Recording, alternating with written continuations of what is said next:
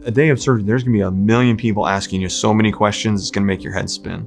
You're gonna be very confused, it'll be disorienting. You're probably gonna meet around 15 to 20 new people that you probably won't see much ever again.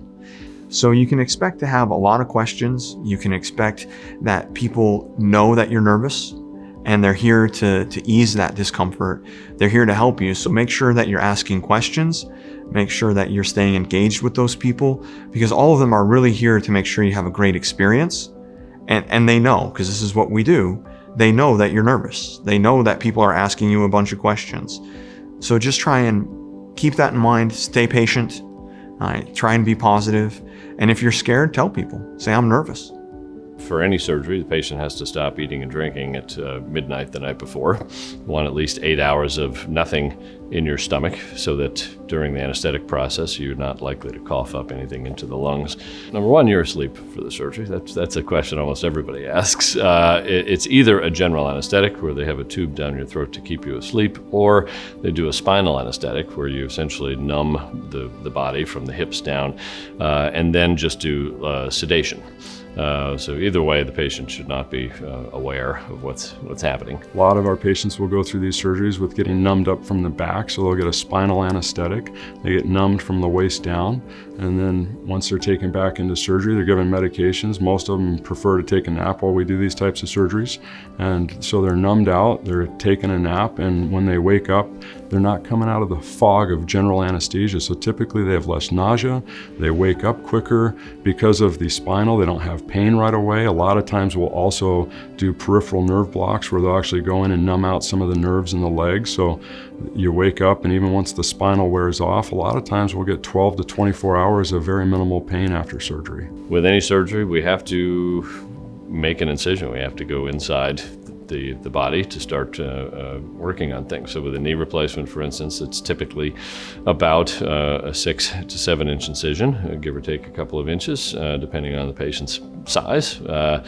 And we go through the skin. We then divide the muscle around the kneecap so that we can literally flip or invert the kneecap, bend the knee, and that gives us access to the entire inside of the joint.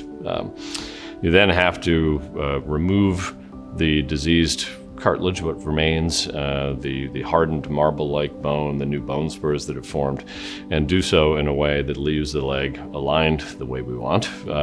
And so we use specific instruments to measure all of our cuts so that we can take off all that diseased bone and cartilage. And then we cement in place the new metal implants that have been measured, obviously, to size match the bones of this particular patient.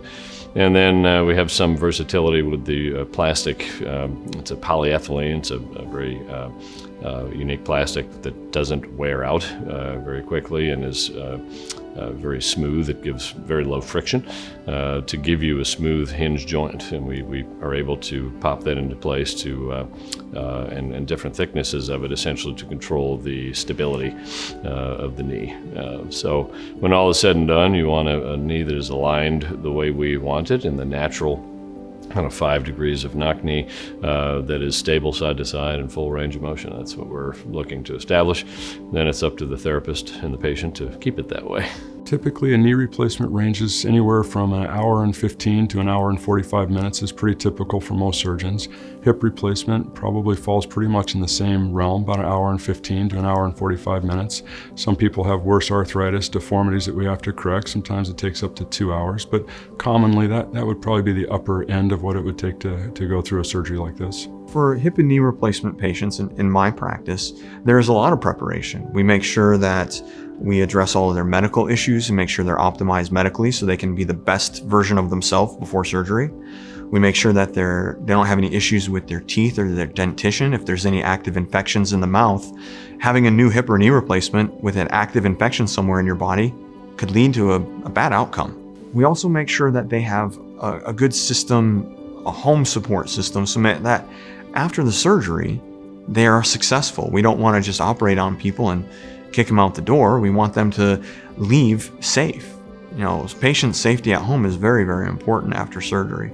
So we do a lot of work with our patients to make sure that they have those things. Infection prevention is very important. We give them special soaps to use.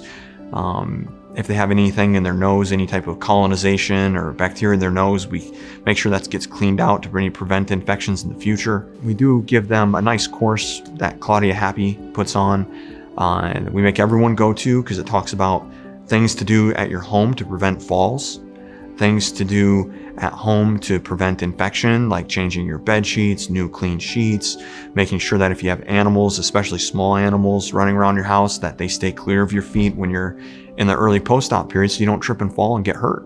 So there's a lot of things that we really do. It's a whole process to set people up for success.